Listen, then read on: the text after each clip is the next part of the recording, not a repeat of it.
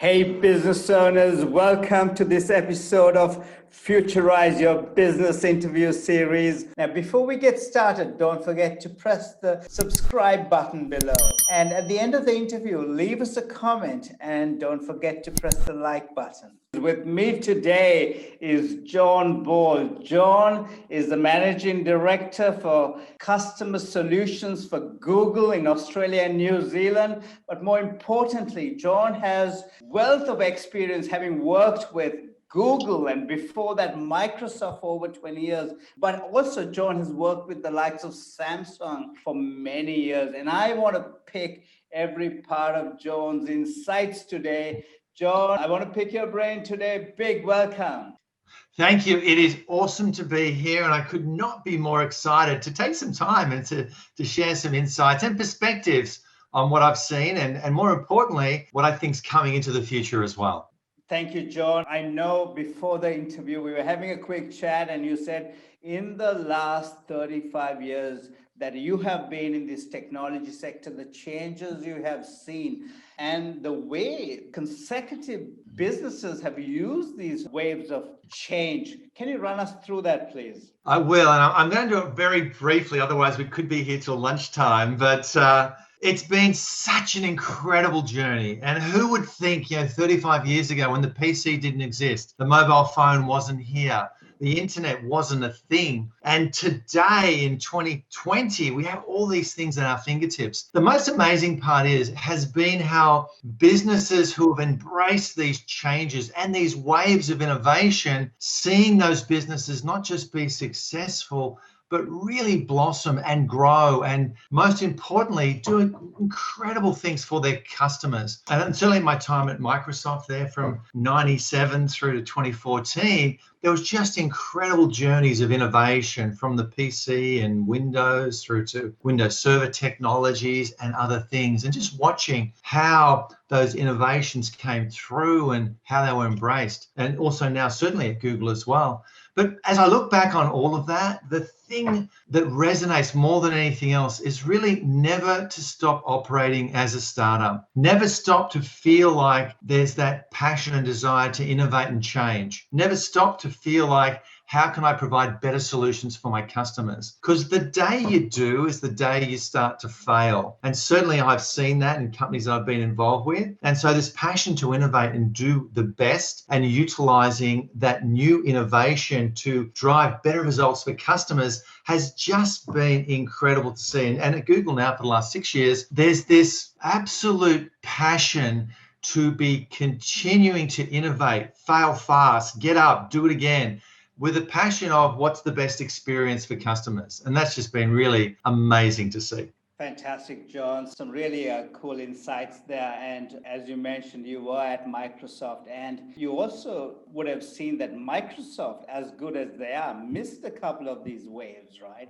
And until they, to use one of your terms, until they had to recalibrate their businesses, they were behind. Can you talk us through that? Yeah, look, very much so. And it's this sort of this evolution and trends and seeing it's just over the horizon of what's coming next. And if I think back my time there, and certainly if you think about mobile phones, really there's two players in the world. One is Android, which is from Google, and the other is Apple. Back in the day, Microsoft was probably one of the first contenders to the marketplace with a mobile phone, but didn't really latch onto that and get the investments and the things to it to make it the next big thing. There isn't a Windows Phone business today anymore at Microsoft, and there was a need to really think about what are those big things. You think Microsoft now has done an incredible job in focusing on their cloud business, Azure. And we can see now that and the market with the share price and everything else really indicates they've done a great transformative play in moving to what's next. And so it's been really fascinating seeing how they've focused, been agile, and even as a massive corporation, been able to pivot.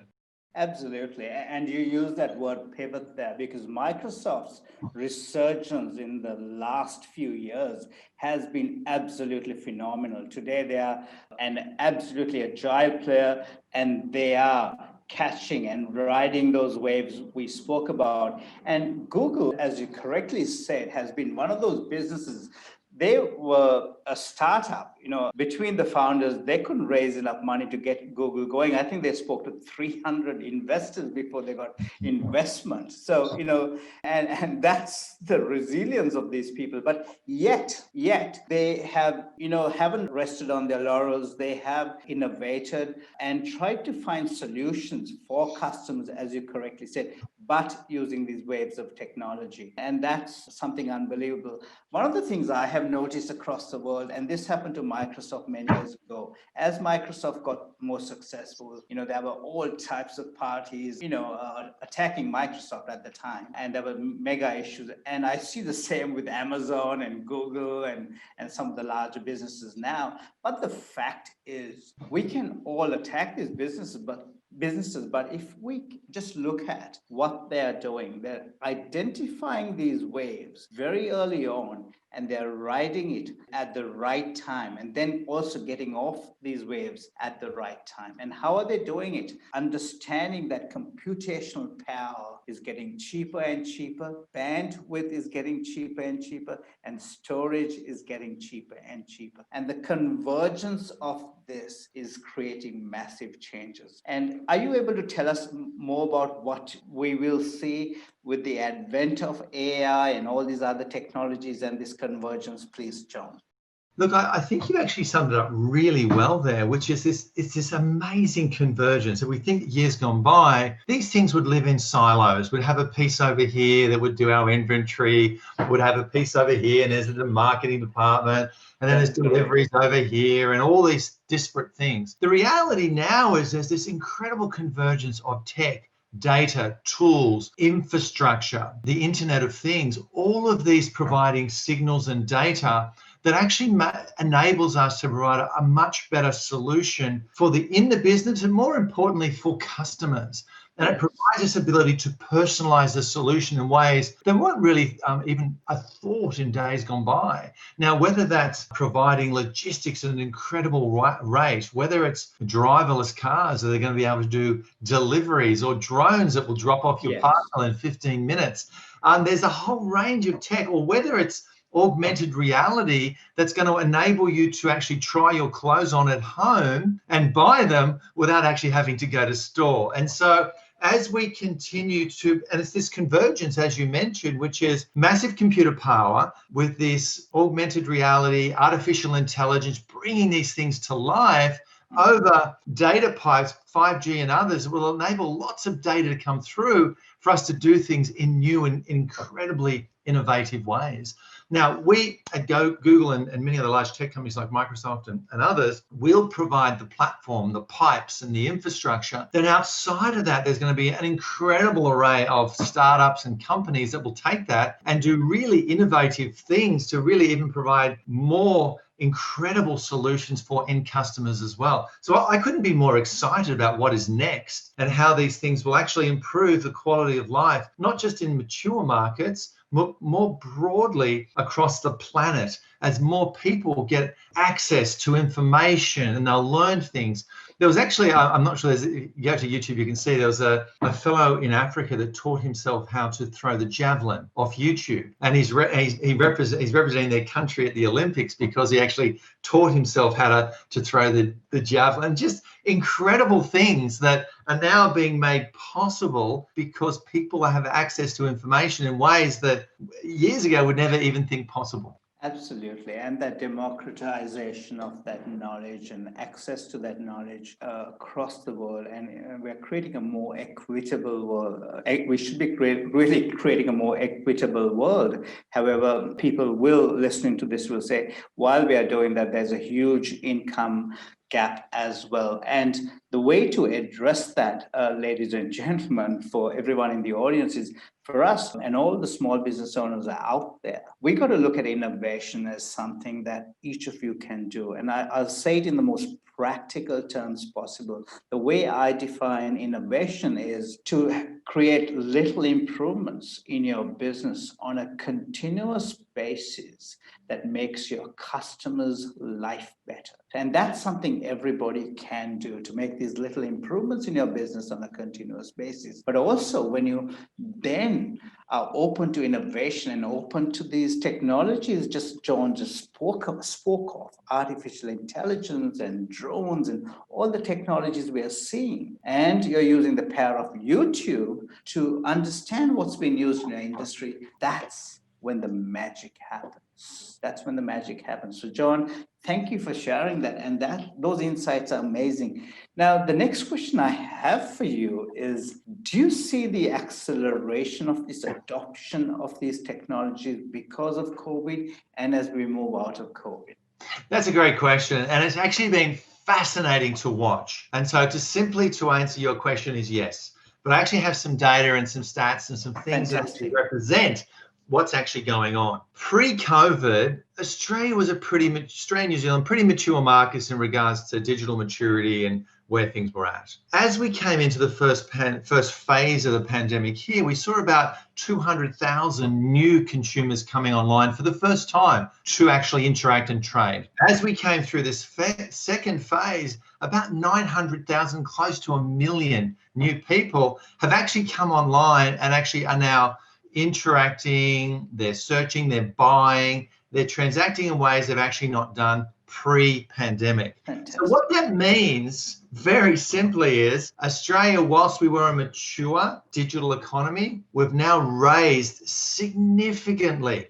And I just want to share a very quick anecdote, which is it's a non-statistically relevant survey, but I think it's a proof point. My parents are 80. They'd never used the internet before, really, to buy anything. They love YouTube and watching videos. But over the pandemic, because lockdown, they're actually buying groceries online. They said to me, John, can you imagine?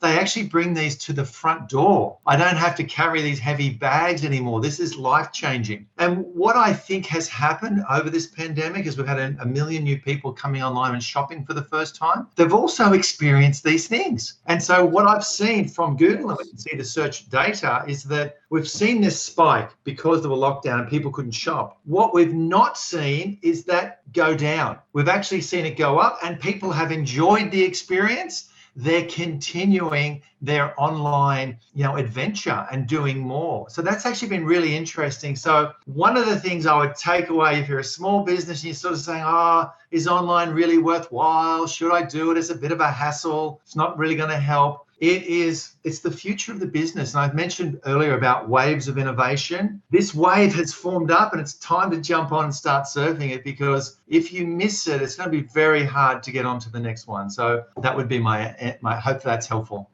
John, thank you for sharing both those examples, one of your parents and then the other of over 1 million people in such an advanced nation coming online. And as you correctly said, they are going to then remain online, and that's going to create increased opportunities for business owners. And it is about understanding how we can latch on to that by being able to engage these consumers in the right way to deliver. As you mentioned, the big companies understand this really well, understand the solutions customers want, and then find ways to deliver that. As you know, John, business owners... Let's add a quick, very 30-second example.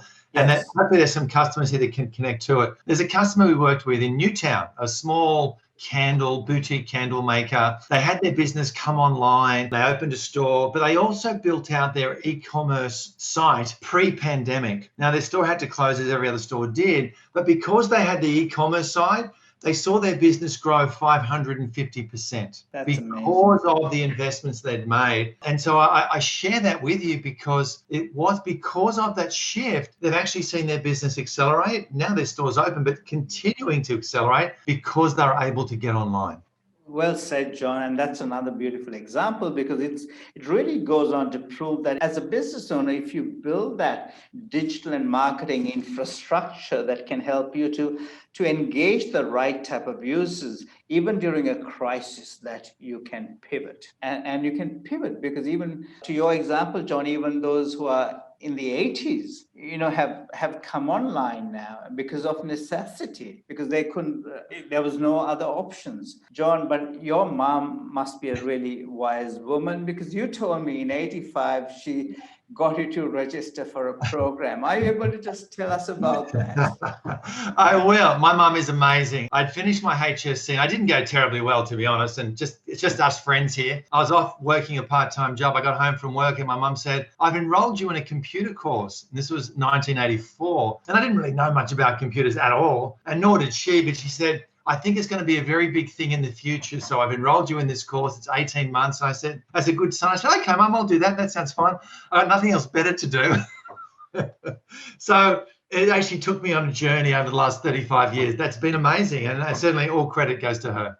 That's amazing, isn't it? Imagine, a lot of the time as kids, you go and tell your mom you're going to do computing science, and they say, what are you doing? I don't even understand that. But this is the first example of a mom taking a kid to do computing science. So your mom is very advanced, because when I started doing computing science or went to uni, even the other uni kids used to ask me, what's computing science? Exactly.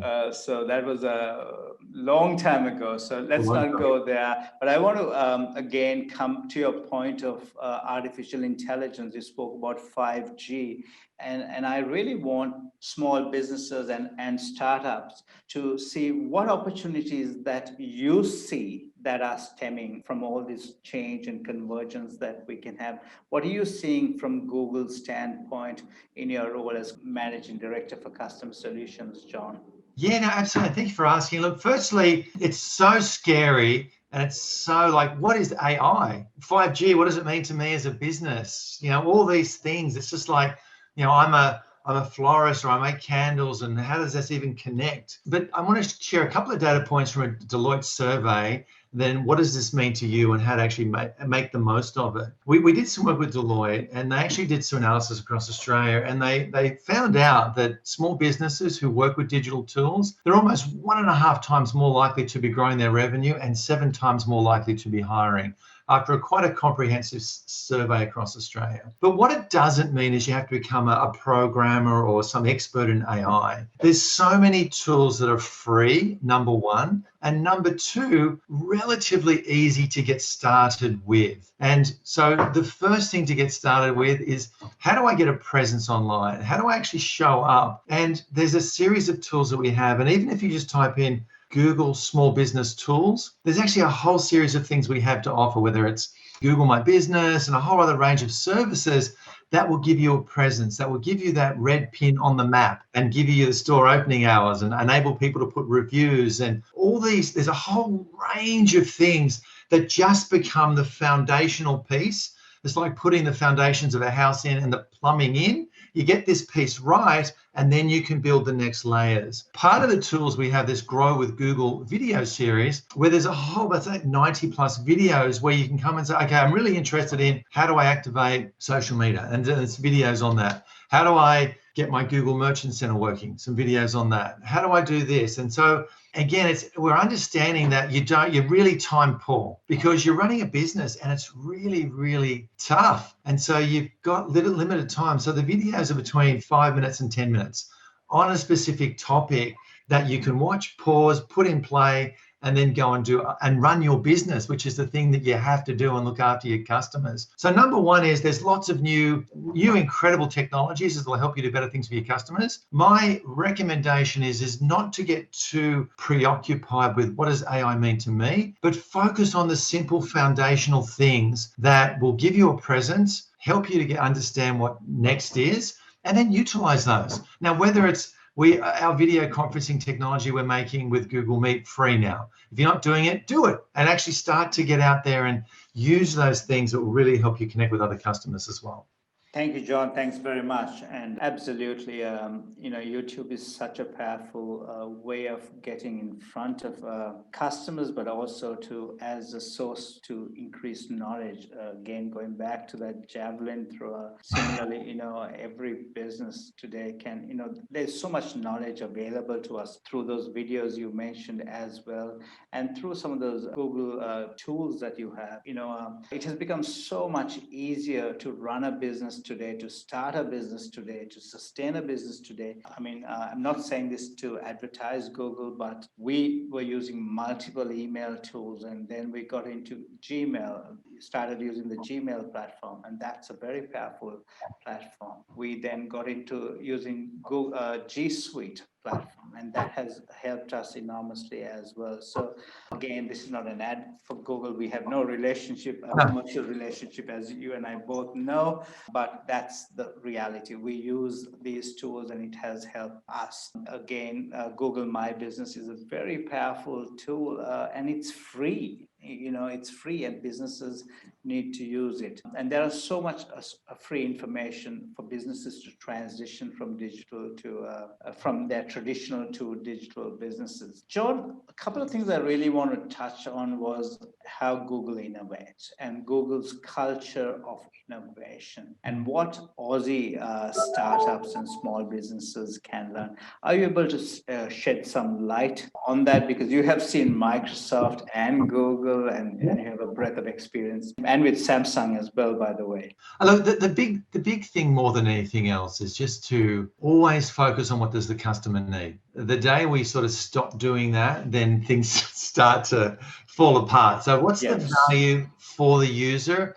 And everything else will follow based on that, number one. Number two is certainly inside and being almost paranoid about that and how you stay in front of the competition. How do I innovate more for the customer? What's the customer experience going to be like? And how does that actually improve what they're doing? Have a culture where it's easy to say, look, Google's big and all the rest of it, but to be okay with failing, but fail fast. Try things because it may be a better experience for the customer. We have this sense of blameless post-mortem. So fail fast, learn from it, and have the awareness and say, okay, well, we're not going to go with that one, but we'll take a few pieces we've learned and we'll put this into the next one. And so that really is awesome as well, to really have that, because sometimes when you get into really big corporates, there's almost like a culture where you can't fail. And my own upward progression is based on succeeding.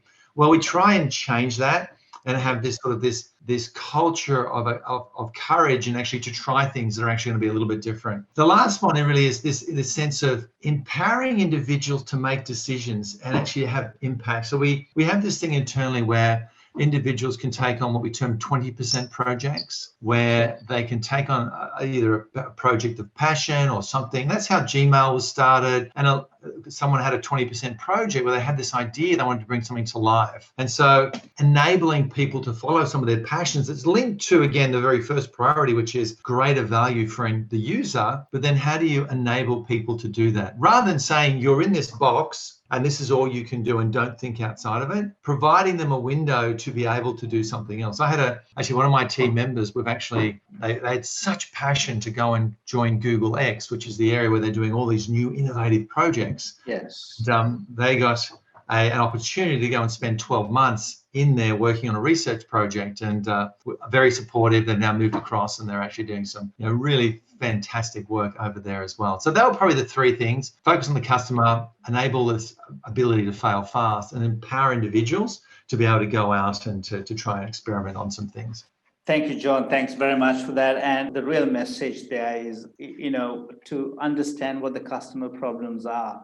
And then, of course, as you correctly said, to a culture of experimentation, without assuming everything within the business, to go and talk to the customers, experiment it. And if it fails, it's okay. It's okay, we can't, I think in Australia, I think especially in the corporate world, failure is seen as something, as a problem. And I think we need to address that culturally in the corporate world, but also from a startup perspective, so that people will know it's okay to fail, it's okay to try, because that's what helps innovation. One more point I want to ask you with Google's culture of innovation and to make sure the business remains coordinated. I know you use a process called OKRs. Are you able to just shed some light on that and what you've seen of OKRs and what startups can use it? Yeah, look, of course. And I smile a little bit because I'm right in the middle of actually organizing what 2021 OKR is going to look like. Fantastic. And so really it's about organizing the key performance measures, and sometimes people call them KPIs and other things. But what are those things that we really want to get focused on? What are the activities that are going to drive the most impact, thinking of the customer, thinking of what we're going to need to do. And from the most senior level, we'll have OKRs that will come down, say, to the regional level. Then we'll work out what's the right thing there. Then it will come down to, say, the Australian, New Zealand level. And then really the success is that for the individual who has accountability, how do we have, part of the tendency is everyone globally want to add an OKR. Let's have an OKR for this, an OKR for that. But the power is having less. The power is having fewer, but the ones that are actually going to make the biggest impact. And so I guess my direction is to get aligned as an organization to really say, what are the key things we have to do and we have to win on? What are they? And then the biggest trade-offs you make is the ones you remove. Because when you have too many, you have nothing. You have nothing. Because you have if you have 20 OKRs, nothing gets done. But if you have less than 5, and hopefully 4, you can say, okay, these are the things. And then we tie that to an individual's compensation. And so you are going to get your bonus, you are going to get rated in this way if you actually achieve these performance outcomes. And so with OKRs as well, we make them so they're not binary. So it's not like, okay, did you do a training course, yes or no? But more it's about, we want to sort of have them so there's an aspirational element to them. That's correct. So there's a big goal that people can achieve, as opposed to saying, you completed a training course, yes or no, done. But did you grow? Did you 10x this, or did you do that? And so there's a sense of shooting for the stars, but you might land on the moon, and that's still pretty good outcome. Fantastic. OKRs are something I think Google has used from the time it was a startup, and Google has made OKRs very popular. NetStripes are also using OKRs. I don't know how well we are doing with OKRs. Sometimes we get a bit confused, and there's a constant improvement process happening there, I got to say. But coming back to a couple of those points you made there, there are aspirational OKRs and there are committed OKRs. So that those aspirational OKRs are the ones that help you to reach the moon, to use one of the points you made there. But also you use the word 10x. Are you able to describe between the two, if it's okay by you? Yeah, no, of course. Look, part of it is look, job function as well. You may have a customer success manager who's working with customers and helping building their businesses. And an OKR there is not going to be about innovation or 10xing something, because it's not the role. And so you want to have more of a performance-based OKR that's going to align to what their responsibilities are and the outcome they're going to drive for the business. Then on a different role or a different organization, it may be 10x because you're actually working on some absolute innovation. Yes. And it may be you want to really, because 10xing something changes the mindset. If you want to incrementally grow something by 10%, you're not going to quantumly change your model or approach to the business. Correct. But if you say, I'm going to 10x something, you've actually got to change things radically. And so all of a sudden, it's a new dynamic, it's a new thought process, it's a new way of approaching the business to find a solution. And so again, firstly, you got to make sure you actually have the right roles, focus on the right sort of outcomes. But when you do that, you can then have these things that will really change people's approaches to the business and how they're bringing things to life. That's amazing. Thanks for sharing that, John. As you said, when you think of 10xing, you have to think completely different. And you coming from Google, this might seem trivial to you, but when NetStripes first started, our vision was to empower 1 million businesses to accelerate their growth using digital and innovation, because we knew that helping 1 million businesses to do that will create millions of jobs across the world. And that was our vision.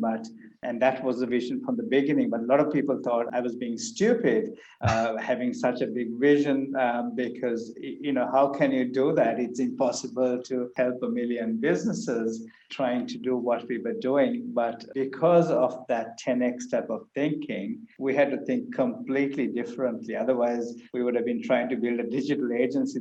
There's no need to build another digital agency. There are millions of digital agencies across the world.